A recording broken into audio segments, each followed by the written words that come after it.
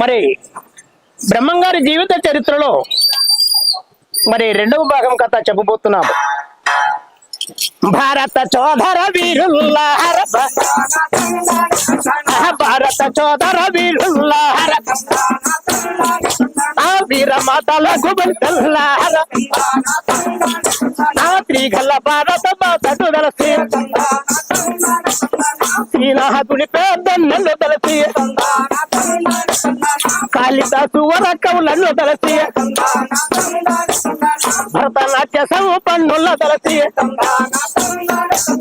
జోడుగు మీటల తాకిని ఎనక జోరుగా వంతల జోరుగా పాటగా రాగి తాళకి తాలి ముత్యముల తాముర కథ